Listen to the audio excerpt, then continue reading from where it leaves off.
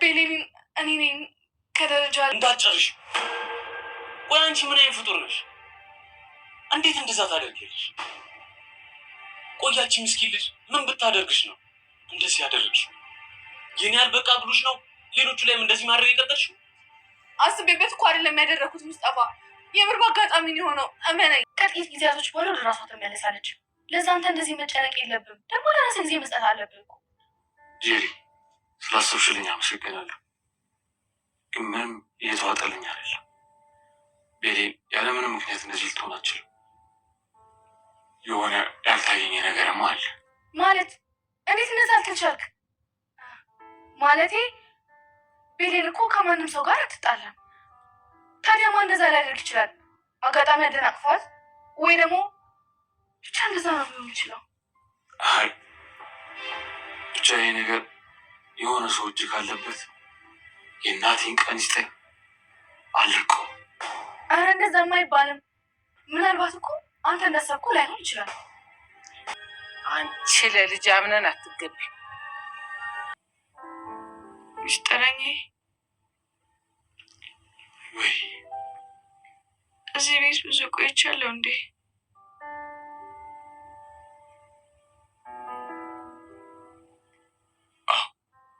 እኔና አንቺ እዚህ ቤት ብዙ ደስ የሚሉ ጊዜያቶችን እናሳልፋለን። ከዚህ በኋላ አንተ የምናሳልፍ አልጠራጠርም።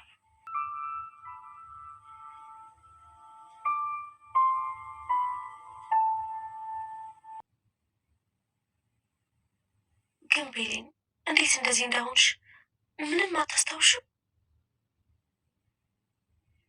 እኔ እንጃ። እኔ ምንም ነገር ትዝ አይለኛል። ደግሞ እኔ እንደማስበው ነገሩ አጋጣሚ አይመስለኝም። ብቻ ቢዘገይም የምንደርስበት ይሆናል። ሜለን ከሆስፒታል ወደ ቤት ተመልሳለች። ወደ ቤት ብትመለስም ይሄን ነገር ማን እንዳደረገው አቶ አምናን እንግዲህ እያጣራ ይገኛል። አይኔ ታውሮ እንጂ በፍጹም ራሷን ልትጥል አትችልም።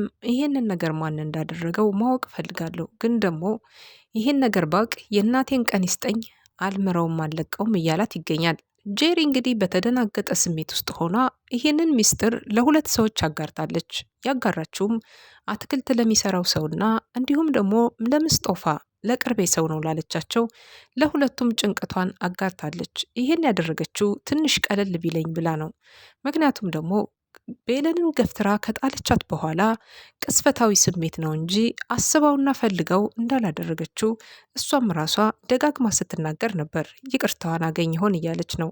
ግን ደግሞ ቤለን ምን ልትላት ትችላለች? አሁን ላይ ቤለን ወደ ቤት ብትመለስም የማስታወስ ችሎታዋ ዘገምተኛ መሆኑን ወይም ደግሞ ማስታወስ ጭራሽ እንደማትችል ተነግሯት ወደ ቤት መጣለች። የተገቢውን የሆነ እንክብካቤና የቤተሰብ ፍቅር እንዲሰጧት ተነግሯቸዋል። አሁን ሁሉም ፈተና ውስጥ ናቸው። ምክንያቱም ይህንን ጉዳይ ማን ሊያደርገው ይችላል? ቤለንን ማን የገፈተራት የሚለው ሁለት ሰዎች ያወቁ ቢሆንም ሌሎቹስ? ጥርጣሬውን አሁንም ቢሆን ሲፈን ጠርጥራለች። ምክንያቱም ጄሪ ከበሯ ስር ላይ ይህ ሁሉ ጩኸት እየሰማች እንዴት አልወጣችም? ጄሪ ካላረገችው ማን ሊያደርገው ይችላል? በማለት ይህንን ጥርጣሬ ለአምናን አያት ነግራቸዋለች። እኔ ግን የሆነ ጥርጣሬ አለኝ፣ ሰው ነው ያደረገው በማለት ለአያትየው ብትነግራቸውም ሜርሲ ትሆናለች በማለት ሜርሲ ላይ ያላቸውን ከፍተኛ ጥላቻ እያንጸባረቁ ነበር አያትየዋ። ሜርሲ በቀር ማንም ይሄንን ነገር ሊያደርግ አይችልም፣ እሷ ናት ያደረገችው ብለው እሳቸውም ተቆጭተው ቆይ ትጠብቅ ቀኗን እያሉ ነበረ። በመሀል ላይ ብዙ ነገሮች ተፈጠሩ። አሁን ላይ እንግዲህ ሜርሲ ያለችበት ሌላ ዓለም ላይ ነው። ምክንያቱም ገንዘብ ፍቅሯ ዛሬም ያልወጣላት ሜርሲ የምትገኘው የአምነንን ድርጅት እንግዲህ እስከ መጨረሻው ለማሰናበት ወይም ደግሞ ገንዘቡን ለመቀራመት እያሰበች ትገኛለች። ከአምነን ድርጅት ውስጥ የሚሰሩ ብዙ ሰራተኞች ቢኖሩም ከነዚህ መካከል መልካም ስራን የሚሰሩ በጣም ጥቂቶች ናቸው። አሁን አብራ የምሰራባቸው ሰዎች በጣም ከባድንና እንዲሁም ድርጅቱን ለክስረትና ለውድቀት እንዲሁም የአምነንን ድርጅት ለመጣል የሚታገሉ ናቸው። ከነሱ ጋራ በህብረት ለመስራት አሁን ላይ እጇን ዘርግታ አሜን ብላ ተቀብላለች።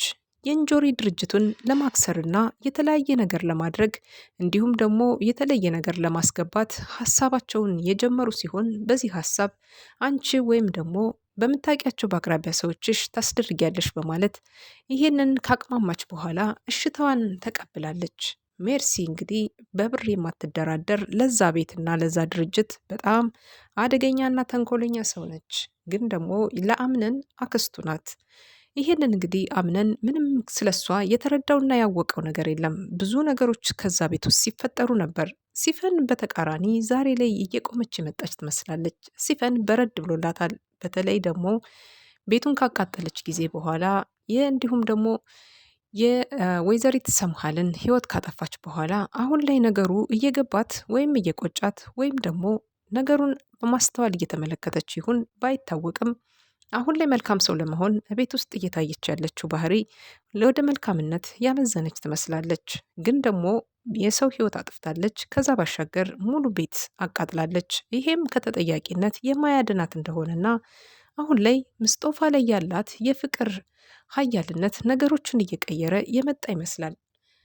አሁን ሙሉ ቤቱን ሀሳብ ውስጥና ጭንቀት ውስጥ የጣለው የሜርሲ አለመኖር ወይም ደግሞ የሌሎቹ አለመኖር ሳይሆን ቤቱን በጭንቀትና በጥበት የጣለው አሁን ቤለን መታመሟ ነው። ቤለን እንግዲህ መታመሟ በጣም ውስጡ እንደ እሳት እየነደደ የሚገኘው አምነን ይህን ነገር ማናደረገው ብቻ ብሎ ሳይሆን የቤለን ሳቅ፣ ጨዋታ በፊቶቿ እንደዛ ፈገግታ የተሞላባቸው በጨርቅ ታሽገው ሲመለከት በጣም ከፍቶታል።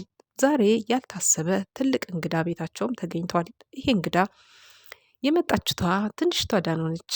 ዛሬ እንግዲህ ስንዴሬላ ወዴት ሄደች እያለች ጥያቄ ስታበዛ ነበረና ስንዴሬላም ደግሞ የሚወዳት ወንድሜ የሚወዳት ልጅ ናት ሲንዴሬላ ማለት በማለት ለአያትየዋ ነግራቸው፣ ግን ደግሞ ታይ ዳኖ በማለት እሷን ቢያስቆማትም ዳኖ ግን እውነቱን ነው የተናገረችው። ሲንዴሬላ በጣም ቆንጆና መልከ መልካም ናት፣ ከዚህ ቤት ካሉ ሴቶች ትበልጣለች በማለት እሷም ሀሳቧን የነገረችና የገለጸች ብትሆንም ግን ደግሞ ሲንዴሬላ ማናት ብላ አያትየዋ ጥያቄ ስትጀምር ሲንዴሬላ ማለት ቤለንን ነው ሲንዴሬላ ያለቻት በማለት እንግዲህ ሀሳቧን አብራርቶ ነግሮላታል። በጣም እንደሚወዷት እና ቤት ውስጥም ጥሩ ልጅ እንደሆነች ብትሰማም አያትየዋም ግን ደግሞ ምንም አሁን ላይ የሚቀየር ነገር የለም። መታመሟን ነግሯት አሁን አብረን እንሄዳለን ክፍሏ እንድታስታውስ እናደርጋታለን በማለት ቤለን ክፍል ገብተው ብዙ ነገሮችን ሲጫወቱ እሷ ግን ቤለን ልትለያት አልቻለችም ማለት ነው። ዳኖ እንግዲህ የተሻላትን ነገር የተቻላትን ልታደርግ ጥረቷን እያደረገች ነው። ዛሬ አንድ ሌላ ሚስጥር ዳኖ ሰምታ ለአያትየዋ ነግራለች። አያትየዋ እንግዲህ ያልጠበቁት ነገር ነው የተፈጠረባቸው። ምክንያቱም ደግሞ ሚስጥሩ ዳኖ ነች የሰማችውና እች ትንሽ ልጅ የሰማችውን ሚስጥር ሰምታ መኝታ ቤት ላይ አሻንጉሊቷን ካልጋ ላይ አስቀምጣ ወደ ግራ ወደ ቀኝ ትንጎራደዳለች። አያትየዋ ያዩት ነገር ግራ ጋብቷቸው ምን ሆነሽ ነው ከዚህ ወደዛ ምቲ? ምን ነው በሀሳብ ሄደሻል? ስትላት የሰማሁት ነገር አያቴ አስደነገጠኝ በማለት ምን ሰምተሽ ነው በማለት እሷም ስትጠይቃት አጋጣሚ ወደ አንቺ ክፍል እየመጣሁኝ ጄሪና እንዲሁም ደግሞ አሁን ያለው የሲፈን ጓደኛ አንድ ላይ ቆመው ሲያወሩ ሰማኋቸው። የሚሉትም ነገር ከምስጦፋ ጋራ ወሬያቸውን አዳምጬ ነበረ ስትል ምንድን ነው እሱ? ቤለንን ገፍትራ የጣለቻት እሷ እንደሆነች ለምስጦፋ እየነገረችው አያቴ ሰማሁኝ በማለት ለአያትየው ነገረች።